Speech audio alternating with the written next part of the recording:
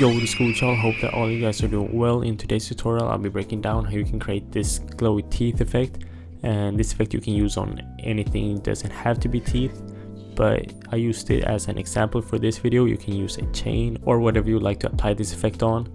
But I'm gonna jump straight into After Effects and show you guys how I did it. So here I have my scene. It's pretty short, so it was pretty easy to make.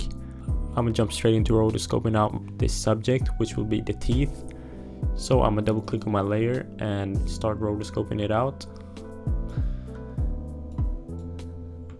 And this doesn't have to be perfect, but try to get it as good as you can. So I just finished masking it out, and now I'm gonna press freeze to make sure that my rotoscoping doesn't mess up later on. And now when it's frozen, I'll make sure to grab a refined soft matte effect. And this effect just makes the rotoscoping a little bit less rough and gives it some smoother edges, and that will look good later on when we apply the glow effect. Your settings depends on your subject, but I will keep mine around 7 and 6. So now I'll duplicate my layer and go to the bottom layer and delete all of the effects. So the top layer will be the layer with the teeth that we will work on. And yo, sorry to interrupt, I just wanted to let you guys know that I just dropped my Opium preset pack for Premiere Pro 2, and it doesn't need any paid plugins, so it's beginner friendly, and all you need to do is really download that. And then you have all of these drag and drop effects that you can drag onto your scene, as easy as that. But I'll have it linked in the description for you guys, and if you're interested you can go check that out. But onto the video.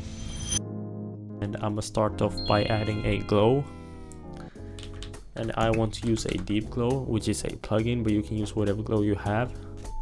And I'll turn down the exposure to something around 1 at the beginning, and I put it at 132 and go to the end of the clip and turn it up. Somewhere around here, 3 is good. And now it looks like this, just the glow. But now getting to the next part, which will be adding on a ray effect, and I'm gonna use sapphire rays. And sapphire is also a plugin, but there are so many different rays you can use if you have other ones. And I'll turn up the ray length a bit to 0.8 and turn up the brightness to maybe somewhere around 4 or 5.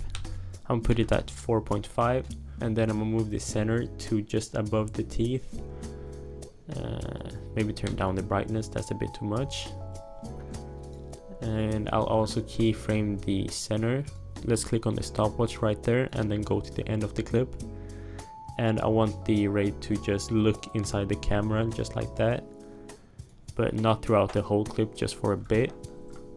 So if I turn up the glow at the end, so I'll make sure that it goes just over the mouth and then up. So I'll put it at the bottom of his lip, and if I play it through right now, it looks like this.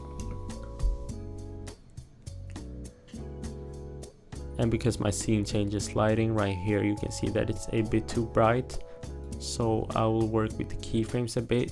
So I'll create a keyframe for the deep glow and turn it down to somewhere around 2, maybe 1.7. Just like that, that looks good.